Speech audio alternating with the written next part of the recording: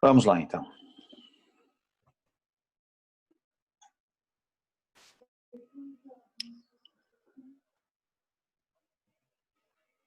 Bom, gente, já está aparecendo a tela aí com o capítulo para vocês, porque aqui, agora apareceu para mim. Tá.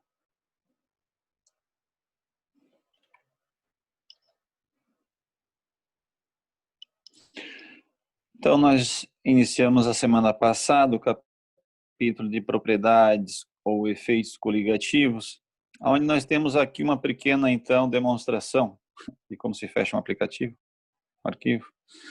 Uma pequena demonstração de onde nós podemos encontrar no nosso cotidiano a aplicação da teoria do efeito coligativo, das propriedades coligativas, onde nós vamos desde uma simples panela de pressão, onde nós vimos a semana passada. O que a panela de pressão fazia? Acho que chegamos na panela de pressão, né, gente? Me ajudem aí, por gentileza. Chegamos a ver a panela de pressão, o mecanismo de funcionamento dela? Sim, a gente parou na tonoscopia. Tonoscopia, beleza. Isso. Aqui, então, aquele efeito que eu falei, não sei se cheguei a falar, mas uma pessoa espalhando sal pelas ruas, em um país, ó, nós estamos vendo neve aqui, a pessoa com um carrinho de mão espalhando neve acaba descongelando, tá? Aqui está sendo feito com... Só um pouquinho. Fica quietinho aí. Com um caminhão, certo? Aqui nós temos isso, provavelmente alguém que gosta de fazer salada aí, não importa se menino ou menina, quando tem as folhas do alface meio murchas, coloca dentro da água, acontece esse processo aqui, né? Ela desmurcha, ela fica um pouquinho mais tenra. A simples fervura da água que nós vimos, então, quais são os critérios, ou qual é o critério para que um líquido entre em ebulição? Isso aqui que nós vamos aplicar um pouquinho mais hoje. Alguém consegue definir essa figura, o que se refere a essa figura aqui? Ao que se refere essa figura? Um pedaço de carne. Alguém consegue? Pedaço de carne, mais bem. É a carne de charque, né? Isso. Charque, né? Carne de sol, charque. Onde a carne, então, é salgada, coloca-se muito sal para ficar salgada? Só isso? Esse é o objetivo, deixar ela salgada? Qual é o objetivo? Isso, conservação. Se vocês falarem que o pessoal mais antigo, talvez vô, avó, alguém assim, antigamente eles não tinham geladeira. E quando eles matavam os animais, como é que eles iam fazer para conservar a carne? Muitos colocavam dentro da banha. Vocês já ouviram falar isso? Já ouviram falar? Alguém ouviu falar? Colocar a carne dentro da banha? Senhor, tem Os gente mais querendo entrar aí velhos? na sala. Opa.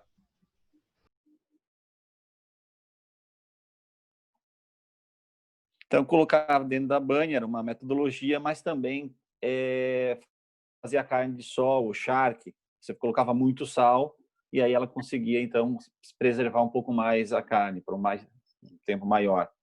E aqui, então, aquela metodologia de deixar as bebidas mais geladas, gelar mais rapidamente, né? Pega lá, antigamente se falava em isopor, agora não, é pegar o cooler, né? Pega o cooler, tá certo? E faz uma mistura aí de gelo picado, melhor se for gelo picado, sal, e alguns ainda colocam mais o quê?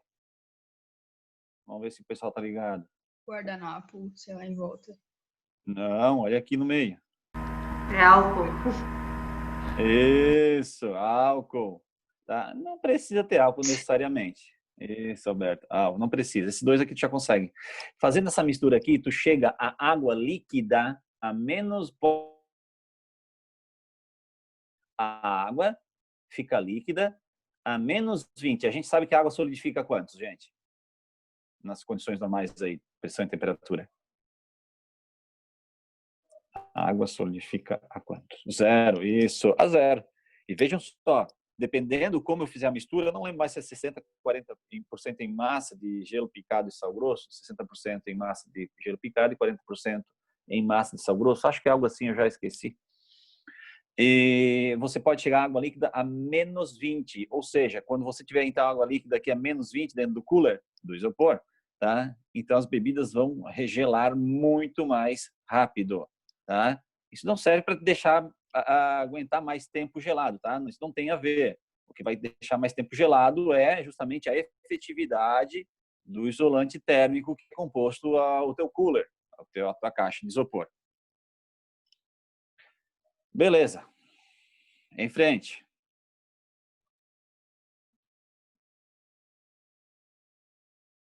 Falamos sobre tudo isso. Eu já falei sobre isso aqui, então.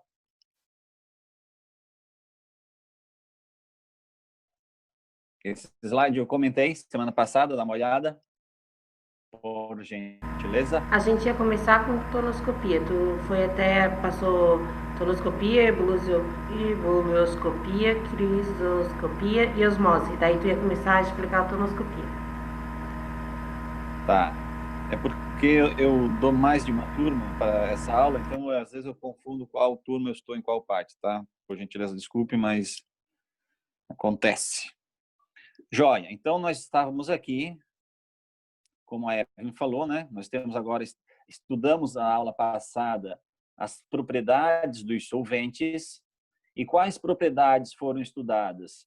Ponto de fusão, ponto de ebulição e pressão máxima de vapor. Estudamos essas três propriedades. Solventes puro. Agora nós vamos começar a estudar os efeitos coligativos. E o que são os efeitos coligativos? É justamente alterarmos as propriedades, essas propriedades que eu acabei de falar de um solvente, mediante o acréscimo de um soluto não volátil. Ou seja, eu acabo tendo uma solução. Quando vou estudar a propriedade do solvente na solução, eu estudo, então, os efeitos ou propriedades coligativas. E aí nós temos essas aqui que a Evelyn mesmo citou: tonoscopia, ebulioscopia, crioscopia e osmose.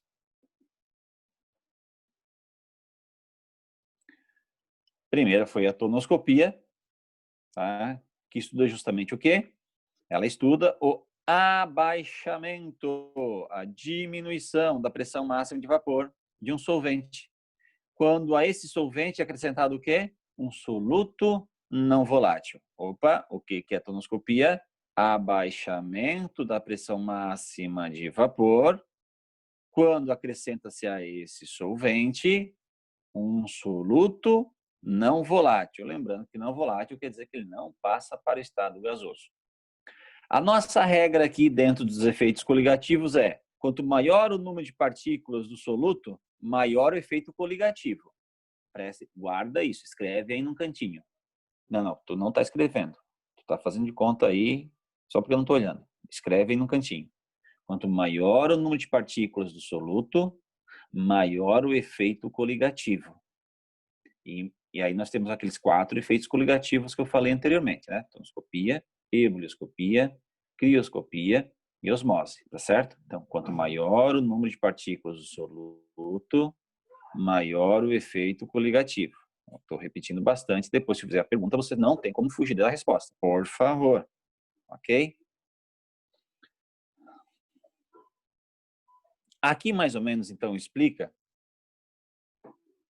como que acontece a alteração da pressão máxima de vapor, que eu acabei não falando lá em cima, né? A pressão máxima de vapor faz o quê? Ela diminui, né? Ela diminui quando acrescenta-se um determinado soluto não volátil ao solvente, a pressão máxima de vapor do solvente diminui. Vamos ver se alguém consegue me responder. Qual era a pressão máxima de vapor para água pura a 20 graus Celsius? Alguém lembra?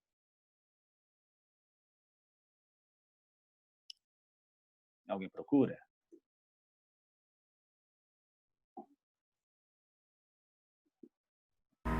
Eu tenho uma anotação Isso, aqui, é o pessoal já foi rápido. 17,5 miligramas. Isso. Renato, Eduardo, Alberto e Eva. Isso. Parabéns, muito obrigado. Vocês foram muito eficientes. 17,5. Então, a água pura tem uma pressão máxima de vapor a 20 graus Celsius, 17,5 milímetros de mercúrio. Se eu acrescentar um soluto não volátil, por exemplo, cloreto de sódio, sacarose, a esse solvente, água, o que acontece com a pressão máxima de vapor dele? Diminui, passa, sei lá, depende da quantidade, né? Para 10. Ok? Então, e aí é por causa disso que vem essa frase aqui, ó.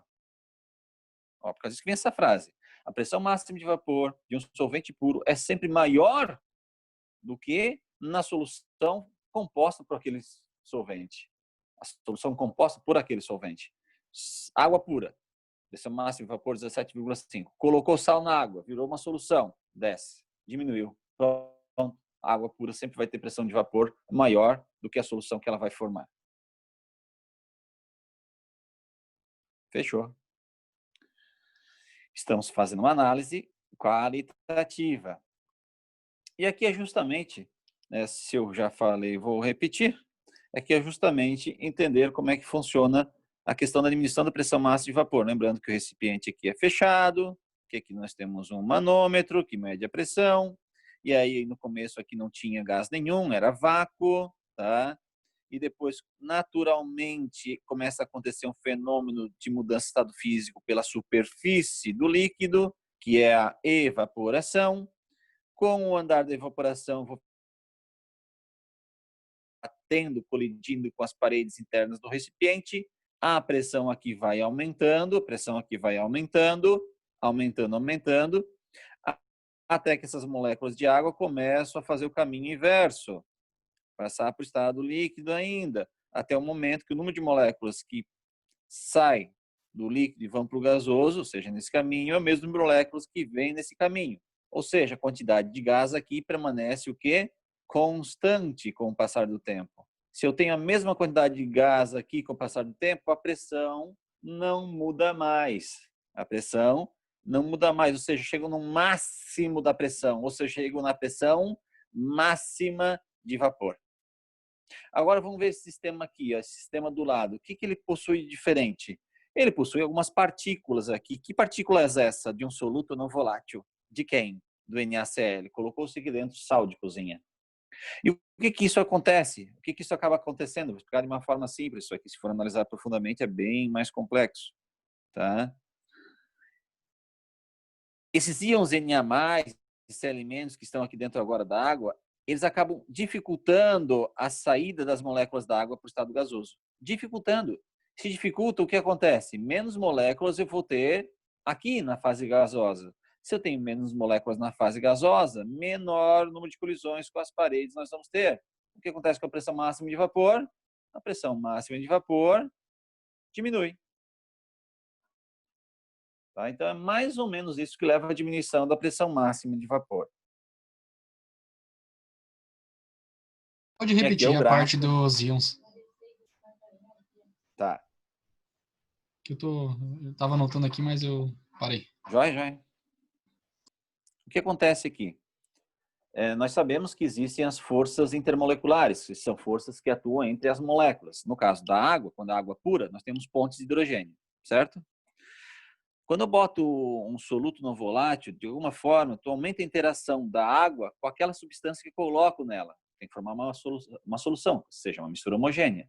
Se é uma mistura homogênea, quer dizer que a água interagiu com aquele soluto. Se ele interagiu, é como se ele ficasse mais preso no estado líquido.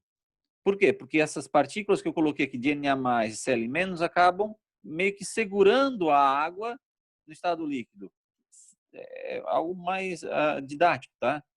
Aumenta a força de atração entre as moléculas de água e os íons. de forma com que menor quantidade de moléculas escapam para o estado gasoso. Ou seja, eu passo a ter um menor número de moléculas no estado gasoso, menor número de moléculas, menor número de choques nas paredes, menor a pressão interna, ou pressão máxima de vapor, então, desse solvente. Conseguiu pegar, Alberto? Sim, pode continuar. Obrigado, Beleza. professor. Opa, prestando. Vamos lá. Aqui é uma análise gráfica. A análise gráfica é muito importante, depois nós vamos fazer alguns exercícios. Aqui nós temos justamente a curva, duas curvas, uma de uma solução e a outra de solvente puro, relacionando então a pressão máxima de vapor de uma solução e da solução pura. Solvente puro, desculpa. Pode ver. Vamos pegar aqui a curva em azul e a curva em vermelho. Fixa uma temperatura, sei lá, 50 graus. Está aqui. Aqui a intersecção entre os dois, aqui e aqui, quer dizer que na temperatura de 50 graus Celsius, a curva em azul aqui representa uma pressão máxima de vapor de 100, em vermelho, talvez, sei lá, 50, um pouco menos. Bom, quem tem a maior pressão de vapor? A curva em azul. Se a curva em azul possui maior pressão máxima de vapor, a curva em azul, tem a maior pressão máxima de vapor. Isso significa o quê? Significa que ou é o solvente puro, tá? Ou, deixa eu ver aqui.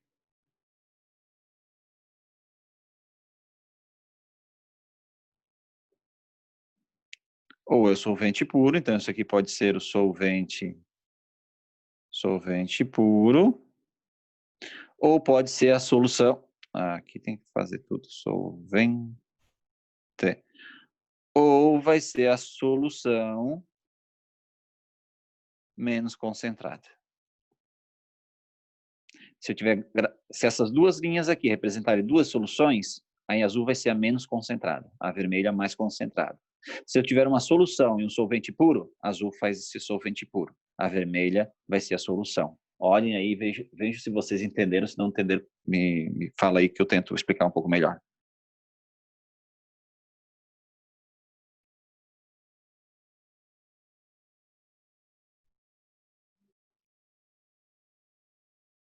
Michele, entendeu, Michele?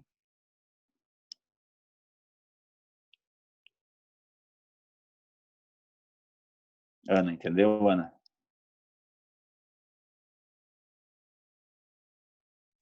Entendi. Tá. Beleza, então vamos para frente. Aqui seria um aspecto quantitativo, tá? A lei de Raoult, ela tem uma abordagem quantitativa da tonoscopia, mas depois eu vou falar um pouco melhor com outras equações. Deixa quieto aqui.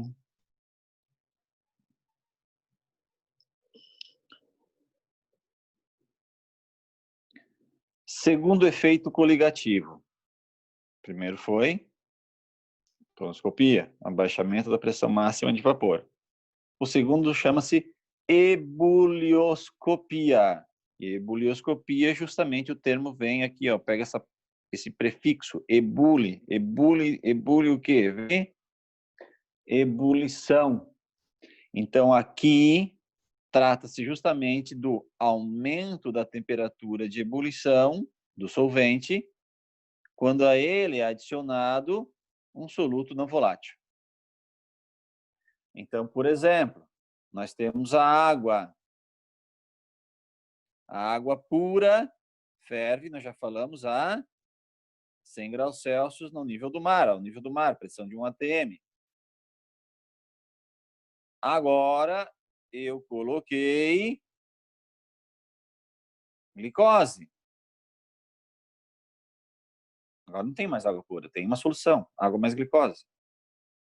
Segundo o que eu vi aqui em cima, quando eu acrescento um soluto não volátil à água, o que há com a temperatura de ebulição? Há um aumento. Há um aumento da temperatura de ebulição. Então, agora o que acontece? Eu tenho uma nova temperatura de ebulição. Então, a temperatura de ebulição aqui, ó, sofreu uma variação. Houve uma variação da temperatura de ebulição. Se agora a água ferve a 102 graus Celsius, quer dizer que houve uma variação de 2 graus Celsius. Porque antes fervia 100, agora ferve 102, variou 2.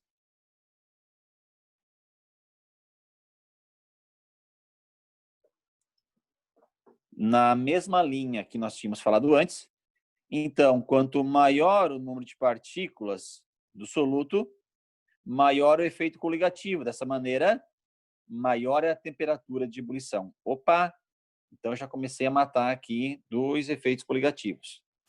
Quanto maior o número de partículas, maior o efeito coligativo, ou seja, menor a pressão máxima de vapor e maior a temperatura de ebulição.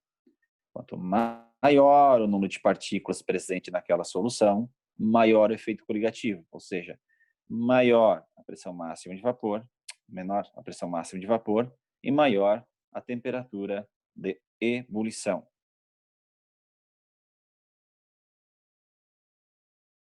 Vamos para frente. Graficamente analisando este comportamento. Nós estamos num gráfico, pressão por temperatura. Essas são as variáveis que eu tenho aqui.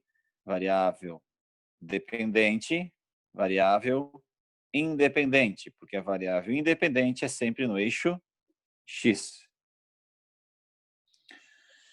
Novamente, vamos botar 2 curvas aqui, a curva em azul e a curva em vermelho. Nós vimos que há um solvente, aumente-se a temperatura de ebulição desse solvente. E qual é o critério para que um líquido entre em ebulição? Quem lembra qual é o critério para que um líquido entre em ebulição? Por gentileza, participação, estou solicitando.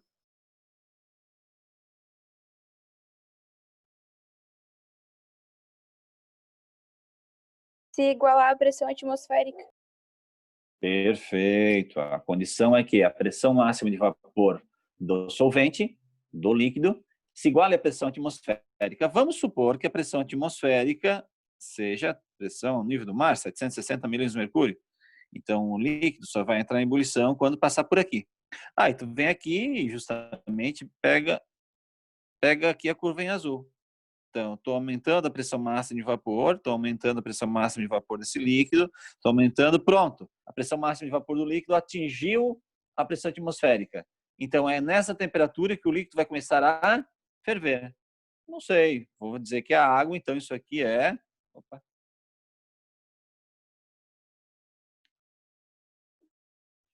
Que é 100. Agora, eu vou pegar essa outra curva.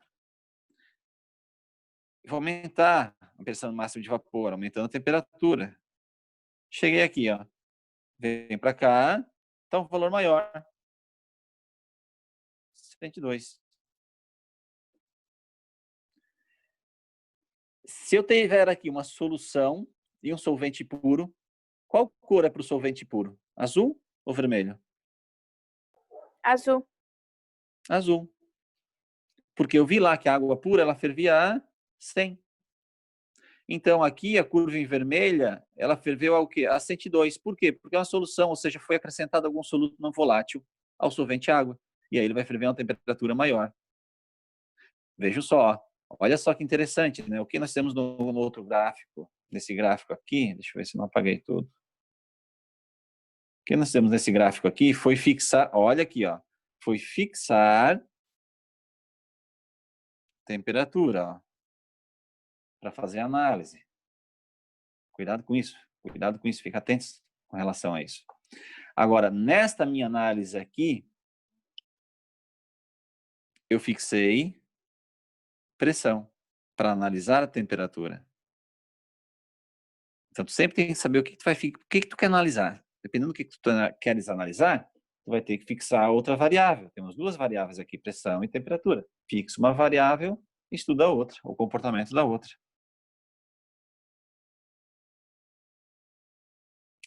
Vamos em frente.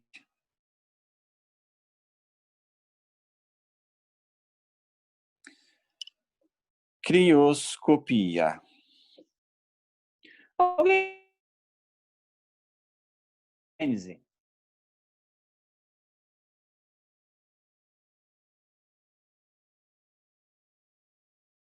Não. Já, Gabriel Miguel, já. Criogênese. O áudio falhou aqui, eu não entendi o que tu falou. Criogênese. Criogenia, criogênese. O crio vem de baixa temperatura. Criogenia, por exemplo, se tudo se... para que mais na frente, se a ciência permitir, sejam ressuscitadas pessoas. Já viram isso falar? Já viram? Pessoas multimilionárias pagavam então, para congelar os seus corpos com temperatura extremamente baixa. Ah, tá. E para que daqui 100, 200 anos, se houvesse tecnologia suficiente, eles veriam novamente a vida. A princípio, isso é algo irracional, né? Pelo nosso conhecimento atual. Não faz sentido. Bom, daqui 100 anos, não sei. Eu vou falar com aquilo que eu sei agora. E eu trago aqui, então, na crioscopia, tá? O exemplo que nós usamos inicialmente da aula de hoje, que é o caminhão aqui, ó, jogando sal sobre a pista. Isso, é claro, é algo mais dispendioso, né? O que a gente mais vê nos jornais, nos filmes, são as pessoas passando com caminhões, com tratores, com pás dianteiras e removendo o gelo, tá? O sal, claro, vai ter um custo maior de estar colocando, só que o efeito é mais duradouro, tá certo? Deixa eu ver, eu usava na estética também para queimar gordura. Eu acho que eu já ouvi alguma coisa, essa questão de baixa temperatura cria alguma coisa para queima de gordura. Eu já estudei alguma coisa, mas faz muito tempo. Estudei não, eu li algum artigo. Olha essa figura que está aqui, gente. Alguém consegue relacionar isso aqui com alguma aplicação prática? O que estão querendo? Por que eu trouxe essa imagem aqui, essas duas imagens, que estão associadas uma à outra, dentro de crioscopia?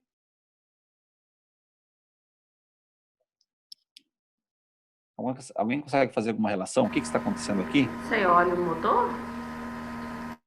Vocês acham que é óleo de motor? Crioscopia, óleo de motor? Vamos lá, gente, me ajudem. Gabriel, não é para gasolina, é para, na verdade, água, né? Sim. Radiador, dá para ver mais ou menos aqui, né, o motor, e aqui a parte da frente, ó. Se tu te empenhar um pouquinho, tu consegue, dá para ver que é um radiador aí. Mas já falaram aí aqui com bastante precisão, tá? O Luan falou que é aditivo para radiador. Isso precisa usar no Brasil? Precisa usar no Brasil? Independente da temperatura que tiver na serra, sim. Na serra, sim. Já ouviram falar que congelou a água de radiador dos carros lá na serra, nas cidades que fazem bastante frio, e aí arrebenta com tudo? Sim. Alguém já ouviu falar? Algumas vezes já. Tá. Tu trabalha no ramo automotivo? Tu ainda trabalha no ramo automotivo, Luan? Sim, ainda trabalho. Joia. Então as histórias chegam mais facilmente até ti, né? E aí arrebenta tudo. Mas por que a água arrebenta tudo o radiador? Porque a água ela expande, né? Ela tem um comportamento anômalo de 4 a 0, ela expande. Então, se tu tá ali com o radiador ocupando todas as tubulações, o radiador praticamente cheio, a água vai expandir, o material dilata, dilatando, pode ser que ele não suporte essa dilatação, ele venha a romper. Você já perdeu o radiador com isso, Evelyn? Você morava onde quando aconteceu isso? Não, foi quando eu dei um beijaço ali na coluna do Angeloni e eu tive que ir lá, aí furou meu radiador e vazou toda a água, que ficou uma água enferrujada, vazou toda a água, eu tive que trocar o radiador e, consequentemente, o fluido e tudo mais. Tá, mas esse eu acho que é mais para não deixar mais enferrujar, né? Esse fluido. Que serve também, eu acho, para não deixar congelar. Não sei, eu acho para resfriar o motor, né? É para resfriar o motor, no caso. E como ele é GNV, teve uma época que essa água do radiador ele passa para resfriar não sei porquê, ela passa para esfriar o GNV e congelou todo o meu módulo de GNV depois de uma viagem de Floripa para cá. Cheguei aqui com gelo no meu módulo de GNV. Eu não entendo bem disso. Luan, tu consegue definir um pouquinho melhor isso aí? Tu entende um pouco disso?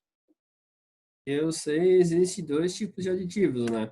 O aditivo normal, para a temperatura meio que ambiente dos carros, e quando for, tipo, subir a serra ou algum lugar com temperatura muito baixa, aí sim, é colocado um aditivo anticongelante.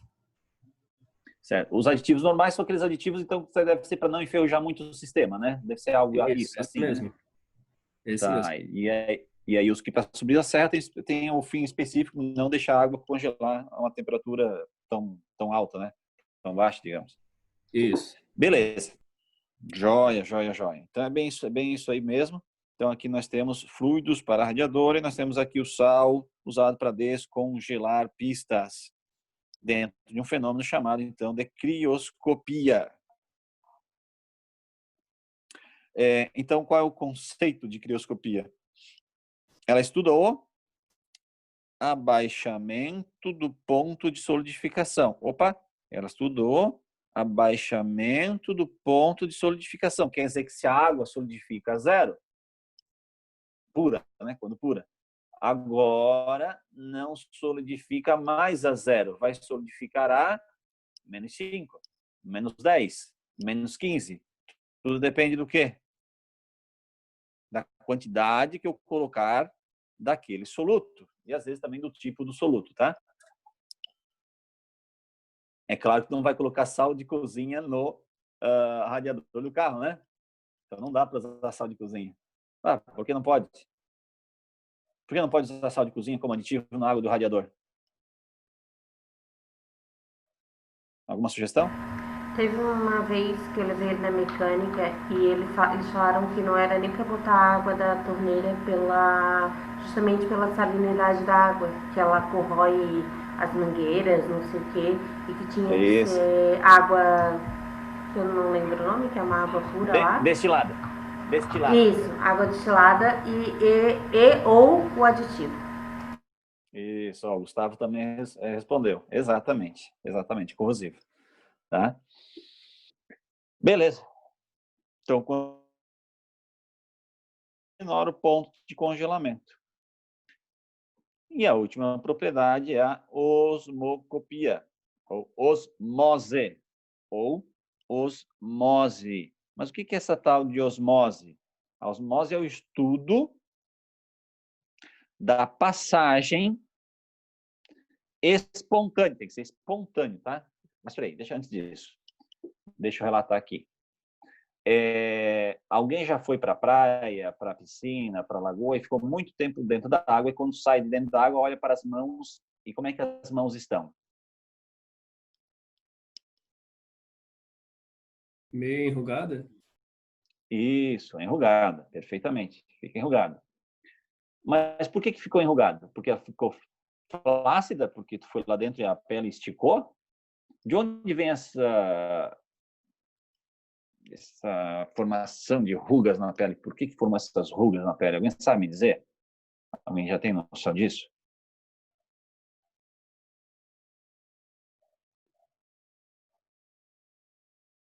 Pelo excesso de tempo em contato? Algo do tipo? Sim, mas pelo excesso de tempo de contato. Mas o que aconteceu aí? Michele, tem alguma noção aí para nos tentar justificar, ajudar os colegas? Olha, prof, não vou me arriscar. Ô, professor, Chutezinho só. Oi. eu acho que o contato prolongado com a água, né? Tipo, se a gente ficar muito tempo dentro da água, faz com que as células da epiderme, né, acabem absorvendo água e inchando, é isso? Mas aí não seria o contrário, que você ia ver os seus dedos, não ia ver os seus dedinhos mais gordinhos? Não, mas daí, tipo, fica igual pé de galinha nesse caso, né? Que fica enrugado, entendeu? Sim, mas enrugado é justamente porque acontece o que com o tecido? Ele expandiu ou será que ele contraiu? Eu acho que ele Se expandiu. se expande, a princípio tem... Mas se expande, não tende a ficar mais esticado? Eu me arrisquei, Não é né? Não sei, tendência? daí, né? Não!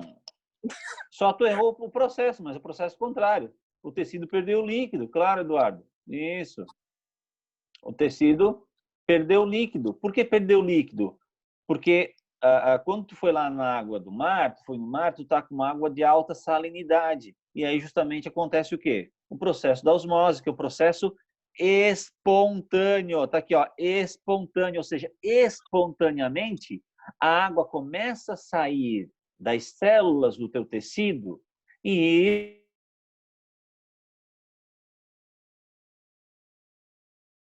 oceano. Você perdeu água para tentar diluir o oceano. Vai conseguir? Não, mas você fez a sua parte. Bom, inconscientemente, é uma brincadeira, mas inconscientemente é isso. A natureza, ela acontece, as coisas acontecem na natureza de forma espontânea, para atender para um maior equilíbrio. E qual é a tendência aqui? É sempre o solvente migrar da região de menor concentração, de menor concentração para a solução de maior concentração. Está aqui, não tem por que se confundir. A tendência natural é o solvente sair da concentração da solução menos concentrada e ir para a solução mais concentrada. Então, caso eu fosse tomar um banho em uma banheira com água destilada, qual era a tendência ao sair e olhar para os meus dedos? Agora sim.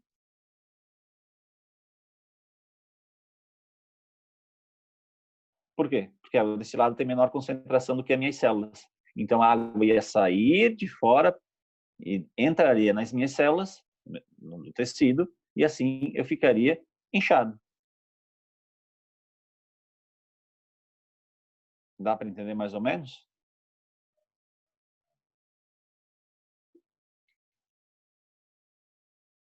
Beleza. O que eu falei da folha de alface, né?